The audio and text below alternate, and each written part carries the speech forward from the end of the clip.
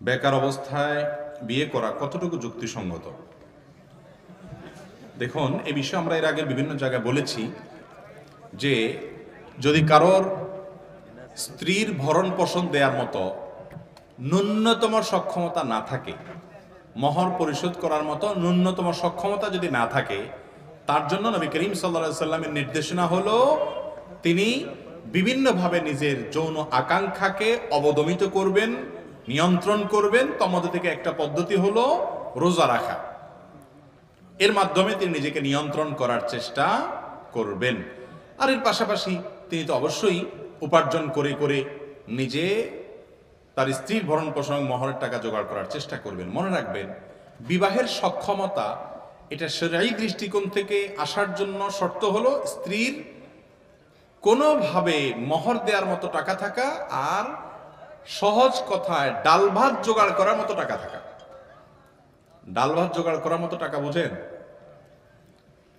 আমরা আজকাল অনেকে মনে করি যে বিয়ে করতে হবে মানে হলো বিরাট টাকা পয়সার মালিক হইতে হবে, অনেক টাকা পয়সা থাকতে হবে, আলিশান একটা বাড়ি করতে হবে, বড় একটা চাকরি থাকতে হবে, অনেকগুলো পয়সা ব্যাংক ব্যালেন্স থাকতে হবে, ঘরে অনেক কিছু থাকতে হবে। এগুলো আমাদের সমাজ বানিয়ে নিয়েছে। শরীয়তের দৃষ্টিকোণ হলো একজন যুবক বিবাহের উপযুক্ত, তিনি যখন প্রাপ্তবয়স্ক হবেন, তিনি যখন বালেগ হবেন, তিনি যদি ভরণ পোষণ দেওয়ার মতো মোটামুটি যেটাকে আমরা বলি ডাল ভাতের ব্যবস্থা করার মতো ক্ষমতা যদি তার থাকে, তাহলে এই বেচারার বিয়ের সামর্থ্য আছে। এখন সমাজ বলবে না না, তোমার সামর্থ্য এখনো হয় নাই, নিজের পায়ে দাঁড়াও। এই পায়ে দাঁড়ানোর মানেটা যে কি, এটা এক এক মুরব্বীরা, এক এক বাপ মারা এক একটা বুঝেন।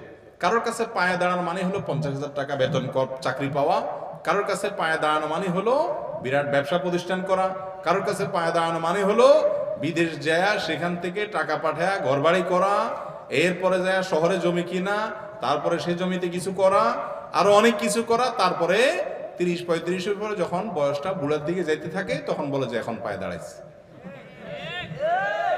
মনে রাখবেন, বিবাহ যত কঠিন হবে ব্যভিচার তত সহজ হবে।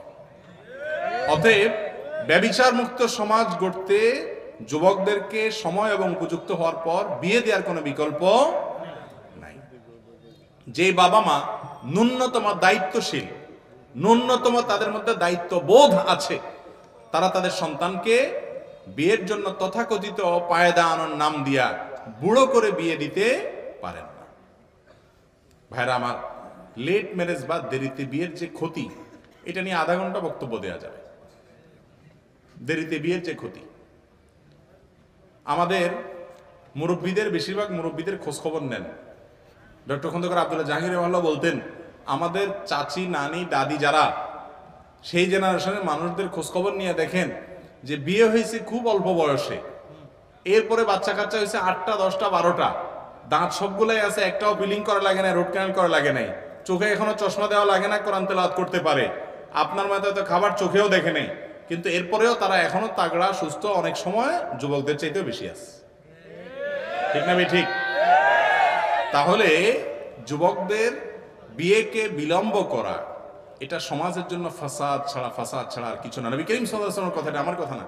তিনি বলেছেন, তোমাদের সন্তানরা বিয়ের উপযুক্ত হলে তাদেরকে দ্রুত ভালো কোনো উপযুক্ত পাত্রপাত্রী পেলে দ্রুত বিয়ে দাও, যদি না দাও তাহলে জমিনে, এই দুনিয়াতে, এই সমাজে ফাসাদ সৃষ্টি হবে, সে ফাসাদ কন্ট্রোল তোমরা করতে পারবে না। আপনারা পশ্চিমা দুনিয়ার দিকে তাকায় দেখেন কি পরিমাণ যৌন হ্যারাসমেন্টের শিকার হয় মেয়েরা, কি পরিমাণ, এবং আরো কত ফাসাদ আছে সমাজে। এই ফাসাদগুলো থেকে মুক্তির মূল মন্ত্রই হলো মানুষকে পুত পবিত্রতার পথে আহ্বান করা, পর্দা পশিদার, চোখের পর্দা এবং অন্যান্য পর্দার সবগুলো বিধানকে আমাদের সমাজে প্রয়োগ করা, ইমপ্লিমেন্ট করা, ব্যক্তির মধ্যে আনা, এবং যুবকদেরকে, মেয়েদেরকে উপযুক্ত হলে বিয়ে দিতে বিলম্ব না করা। আপনার সন্তান সে যদি বিপদগামী হয়, আমি অনেক মুরব্বীদেরকে বলি, বাবারে, আপনাদের আমলে গুনাহ থেকে বাঁচা অনেক ইজি ছিল, পরিবেশ এত খারাপ ছিল না। এখন পরিবেশ এত খারাপ যে ইয়াংরা তাদের নিজেদেরকে রক্ষা করা অলমোস্ট অসম্ভবের মতো কঠিন হয়ে গেছে।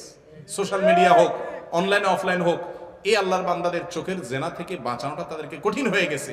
এই টাইমটাতে তাদেরকে বাঁচানোর জন্য আপনাদের আন্তরিকতা প্রয়োজন, বিচক্ষণতা প্রয়োজন, দূরদর্শিতা প্রয়োজন। আর যুবকরা বসে বসে ঠিক ঠিক না বলে চাকরি বাকরি খোঁজেন, কাজ কাম করেন। এটাও ঠিক, মাহফিল এমন একটা জায়গা আছে, এটাও ঠিক ওইটাও ঠিক, সবই ঠিক। আল্লাহ তাআলা আমাদেরকে আমল করার তৌফিক দান করুন।